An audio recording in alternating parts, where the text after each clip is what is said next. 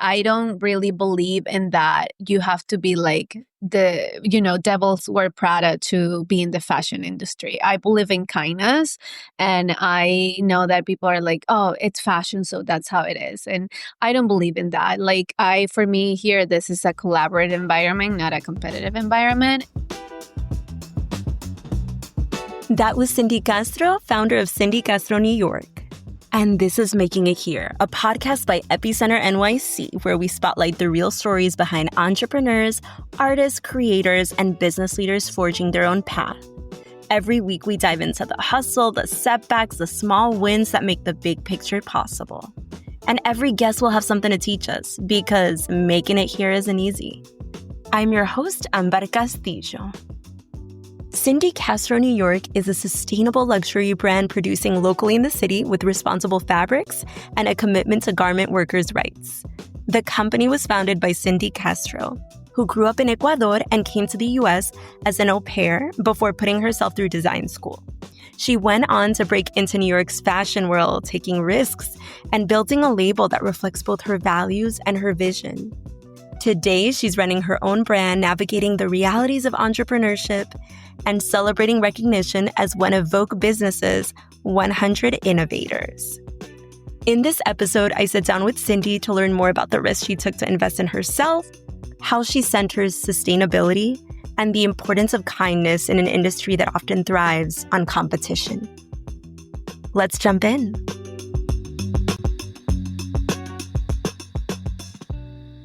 My name is Cindy Castro. I am a proud immigrant from Ecuador, and I'm the founder of Cindy Castro New York. We are a sustainable luxury ready-to-wear brand founded in New York City. That's where we manufacture our pieces, and we really focus on sustainability, only working with biodegradable fabrics and supporting garment workers' rights. And for listeners who may not know your story yet, can you share a bit about your journey from Ecuador to New York and how fashion became that outlet for self-expression? Of course, yeah. I was born and raised in Ecuador in a small town called Quevedo, and I am one of three girls. My parents were actually jewelry merchants, and I think that's where I got my entrepreneur spirit.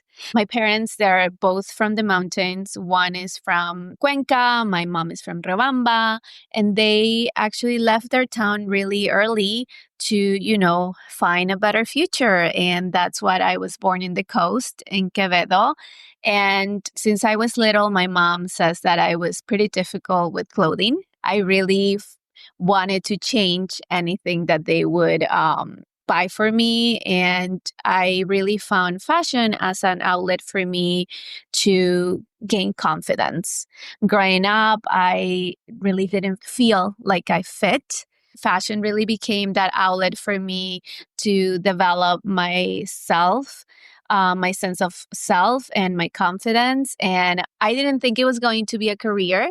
But later on, when I left Ecuador, I actually left Ecuador around 19, and I moved to Chicago to become an au pair. My parents couldn't afford for me to study abroad, so I came to Chicago to study and work as a nanny, and that's when I discovered, a different world. I think that experience definitely changed me in a way that I was able to see that I can be independent, that I could work, that it's very different back home. So like that year, I also surprised myself on like all the things that I could do on my own. Like leaving home, I was the first one to leave and like live abroad. And I am the youngest of my three sisters. So that was very like shocking for my family. So yeah, that's how I got to Chicago. And then later on, I was able to go to school, if I applied to grants and loans. And that's how that journey started. I wonder if you navigating through like, okay, how can I get these scholarships, grants? How can I make it work living independently? If that also helped you be independent when it comes to your business and starting this entrepreneurship journey. I definitely have to say that I was fortunate enough that when I came to Chicago.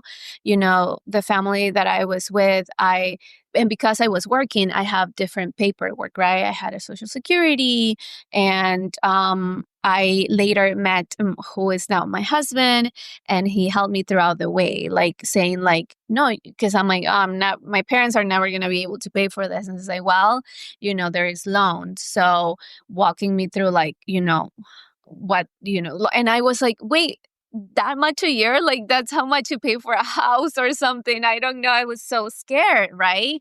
But it's really gaining that knowledge of like, well, but when I graduate, I'm going to be able to make this much. So that means that I can pay back the loans and things like that. So it's just gaining that knowledge. And I think I was fortunate to have, a partner that believed in me and also helped me with the resources, like to say, you can do it. You just, apply for loans here. Like, and it was really hard too, because English is not my first language. And when I started to, like, a lot of the grants require essays. And I'm like, I did not know how to write essays. I still don't like writing grants. It's not my favorite thing. It was hard. I would cry and I'm like, no, I don't think I can do this. But, having the support of like him believing in me, and I'm like, okay, I have my moments too. And I'm someone who really likes to take risks. And so I'm like, no, yeah, I'm going to do this. It's my dream. And, having those resources and also believing that I was investing in myself. And this wasn't just like, oh, it's this much. I'm like, no, this is how much it's going to cost, but I am going to do it. So, yeah. At what point did you start making decisions that would lead you into the fashion industry? And if you could speak about a couple of those experiences. I did my au pair program, went back to Ecuador, then came back to Chicago and did my school there for 4 years. And, I was just very passionate, dedicated. I put in the hard work. I graduated with honors, and I was able to be part of the fashion show, because not all the students get picked for the fashion show. You just get, it's a certain number. They're judges, and then they picked who gets to be part of the fashion show. And this is a school-sponsored fashion show. That's a big deal at the college. Yes, yeah. That's the graduating, it's pretty much my team also tells me, like my interns, like it's pretty much like that in a lot of schools. You get to present if you have a strong portfolio and a strong idea. Only a few people get to show. And what's very interesting is that when I graduated, I realized, and this is why anyone who is out there in fashion, and if you're not in fashion, please do internships before you graduate. Like, I never got that, like, oh, wait, when you graduate here in Chicago, there are not going to be really creative jobs. Like, there's going to be sales and other areas. So I graduated and I started looking for jobs, and there was nothing. And, I was looking for an assistant designer job, and I just, then people are like, no, if you want to like be in fashion, you're going to have to move to New York or California, because that's where the creative team is. And that's how it happened. We came to New York because I graduated and was coming to visit an aunt. During that trip, I decided just, to go online, and I saw opportunities, and I went to an interview during my trip. And that's what it was. We were like, being tourists in the city. I'm like, wait, I have this interview. I went in, stepped out, and, I just did it. We went back home, and because we drove in that trip, we were driving back home. And like, I remember this so clearly. They called me and they're like, oh, Cindy, it was right before Fashion Week. It was August, I think, and, September is Fashion Week. It's like, oh, we want you to start next Monday. Are you able to start next Monday? I'm like, yeah, let me call you back. So that is how I ended up here in New York. Like, we went back home. I talked to Henry, and I'm like, I gotta take this opportunity. So I came first. A couple weeks later, after Fashion Week passed, I went for a weekend. We packed. And we're like, I think, we should go to a place where we can both excel, where there's job opportunities for the two of us. And because he's in advertising and I was starting in fashion, we decided to do that. I mean, we were able to do that because we have an aunt in Jersey, so we stayed with her for a couple of months. That's how I was able to do unpaid internships for a bit. Yeah, and what a way to start on your first internship in the fashion industry, and it's right before Fashion Week, and that's how you're making that jump. And it was my first, it was crazy. Like my first internship was actually the kind of internship that everybody in their heads when you're in fashion imagines. It was a big fashion show with like Victoria's Secret models and like, like VIP and like I got to live all of that in like my very first internship, which it was crazy. Had one of those moments when one of the models almost doesn't walk out, and I'm like, I jumped in, let me just do it, and like, I just have those reactions, and like, but yeah, it was a great experience. And I just, wish that I knew that I could have been doing those internships in the summer, maybe traveling to New York and doing, because it almost took me one whole year to find a job. And we struggle a lot during that year. And, it's New York City, how expensive it is to live here. We didn't even know when we came here. We thought we were going to have bigger space. And then we're like, what? This much is that much? And we're like, wait, what? We lived in, downtown Chicago with a nice, and like, there was so many things.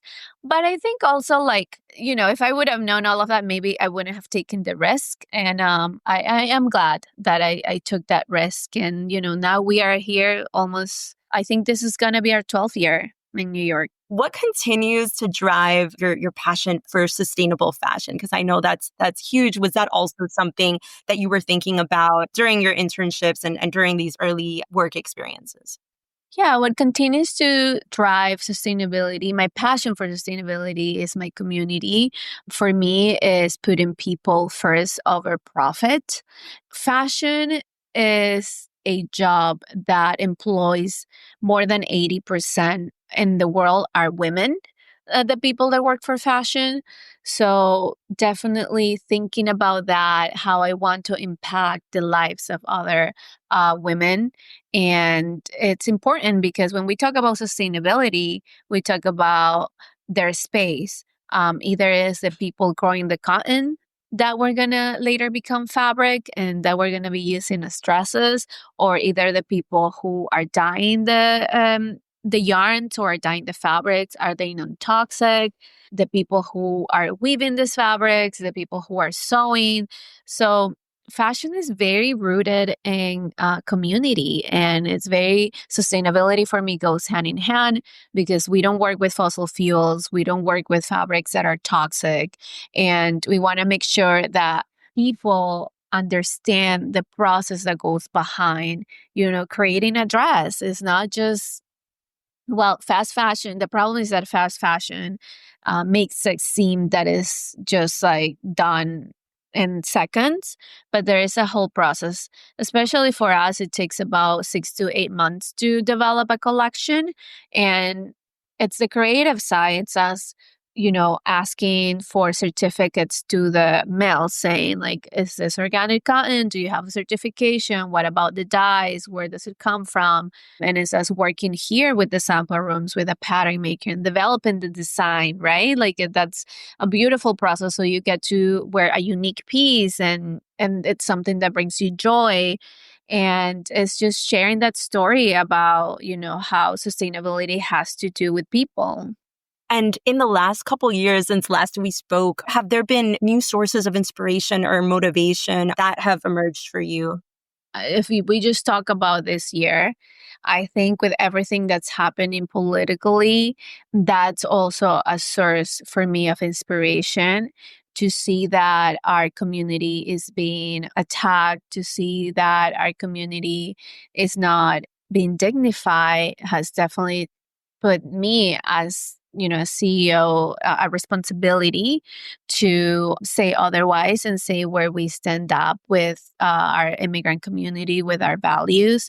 And we actually, this whole summer, we worked on developing a campaign that is called Made by Immigrants. And that campaign is the result of all of that. So we are trying to find a way to enlighten, bring joy for those who, are afraid and have a reason to be afraid, because we also have to hold the space for those people and understand their circumstances.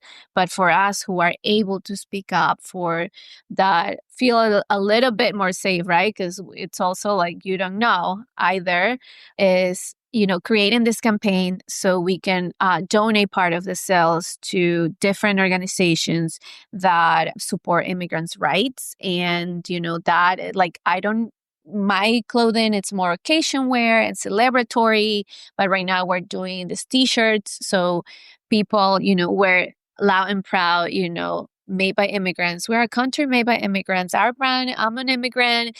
Our people, our team. So that's the message. It's a message of love, and it's also a message of where we stand, and that's what we want to leave out there. Last time we spoke, you called on building a sustainable brand. You said it could be a lonely path.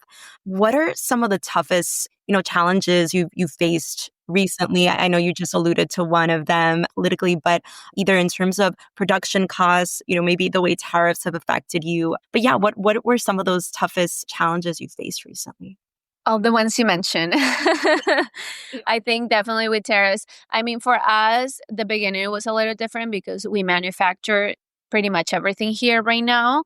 But still, the fabrics come from overseas. So, right, that is going to also affect the price. And being a small brand, that's a price that we can take right up. So, but I think definitely the challenge are as the investing part, for us to be able to produce, for us to be able to develop. There is a high cost because, we are all about paying for wages, supporting safe spaces for our workers, and all of that is reflected. So definitely having a space here too.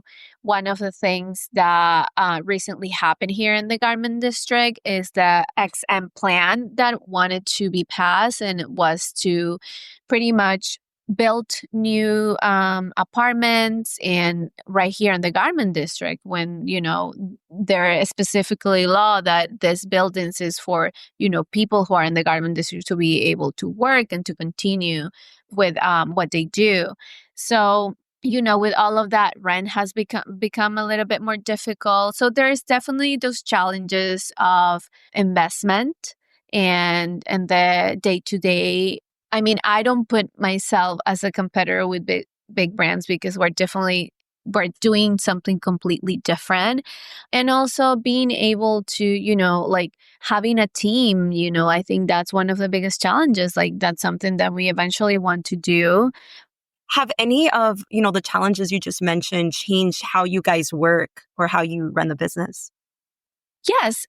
This year, and something that I definitely advise, this year we were selected as between 1,000 people. We were one of the 25 receivers of the Macy's Accelerator program, which is amazing. That definitely helps because it just teaches you to have like one systems for your business. If you are like a one woman show, like, you want to balance that. You don't want to get burnout, and how you do that. Like, and so being part of that program has definitely helped. And I think it's just a learning, experience, and every single day, things, how there is a lot of things that come up. That has been a year with a lot of challenges, but at the same time, there has been those opportunities, and, we continue to learn so we can grow.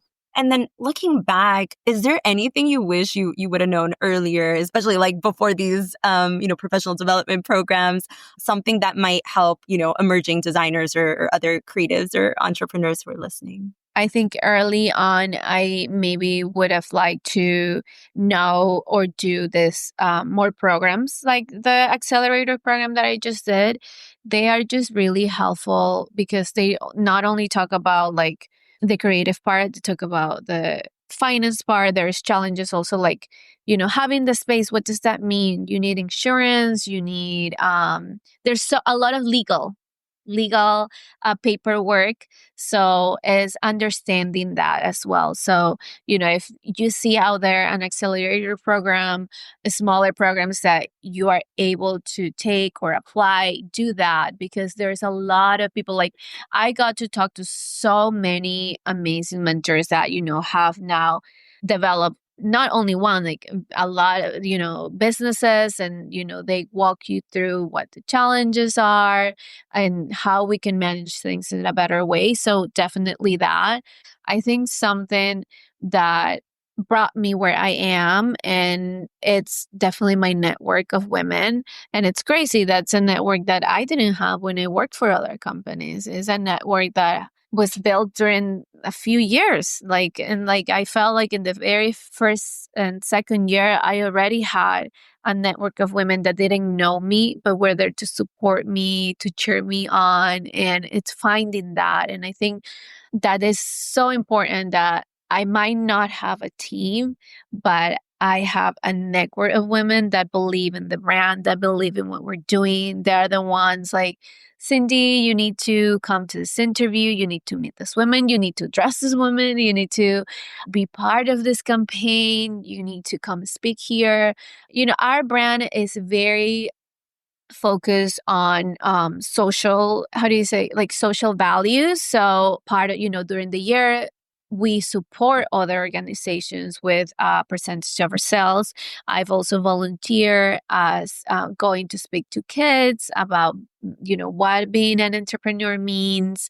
So those are some of the things too that, I put myself out there, just like how much of what I receive, I make sure I give back, like join those places where you think you can bring value. Not only take, but join the places where you think you can bring value, and you'll be surprised of how many people appreciate that and will also share that value. Yeah, so we do like a kind of lightning round just for fun of just like first thing that comes to mind. If you had to wear just one material for life, what would it be? If I had to wear one material for life, it will be silk. And then sewing machine or sketchbook, which one can you not live without? A sketchbook. And what's one fashion rule or supposed rule you secretly love to break?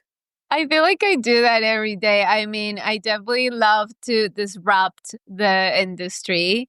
I don't know if it's a rule, but I don't really believe in that. You have to be like devils wear Prada to be in the fashion industry. I believe in kindness, and I know that people are like, oh, it's fashion, so that's how it is. And I don't believe in that. Like, for me here, this is a collaborative environment, not a competitive environment. And we're making clothes. So let's be nice. Let's work hard, but you can be nice. Yeah. And what kind of projects you guys have coming up that you're excited about? Yeah.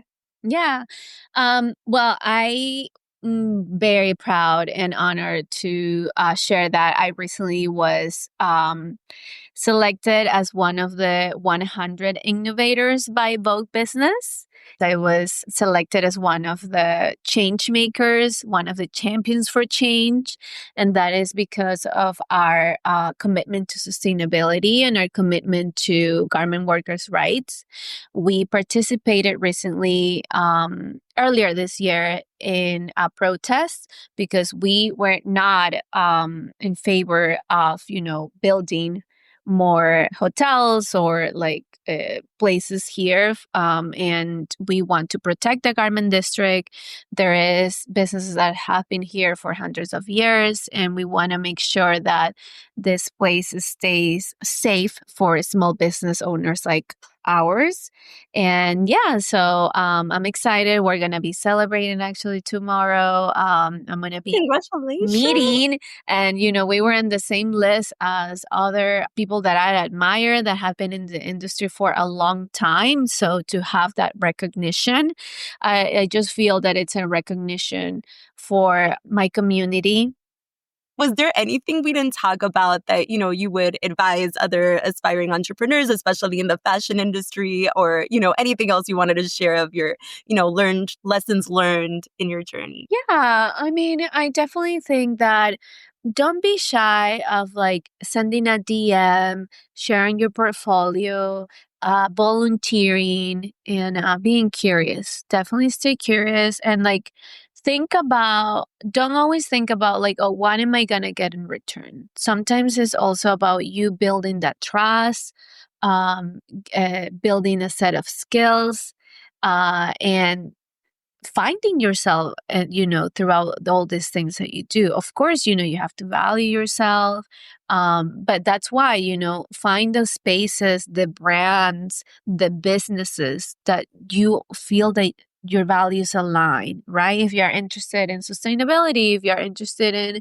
social impact, if you're interested in bridal but the pieces are handmade, find what is that passion, find that purpose, and stay curious. Like if you stay curious and open and attend events, there is a lot of events here in New York, so be part of those events, ask questions, introduce yourself, share what your passion is. If you don't know what your role is going to be yet, that's fine, but share like, I really love, or I'm good at, or I have intentions of learning this.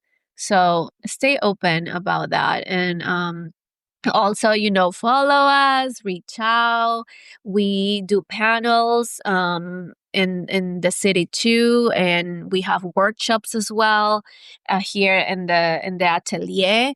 So yes, and be alert for those events that happen either in my brand or in other brands, and be part of that. Yeah, how can folks best follow you? Instagram, it's Cindy Castro _NYC. And yeah, that's the best way to stay updated. If you'd like to learn more about Cindy's work, follow her on Instagram at Cindy Castro NYC or visit cindycastro.com. And be sure to check out her Made by Immigrants campaign. We're part of the Proceed support organizations that defend immigrant rights. That's all for today. Thanks for supporting us as we do our best to support our community. We couldn't do it without you. For more stories like this, make sure to subscribe to our newsletter at epicenter-nyc.com.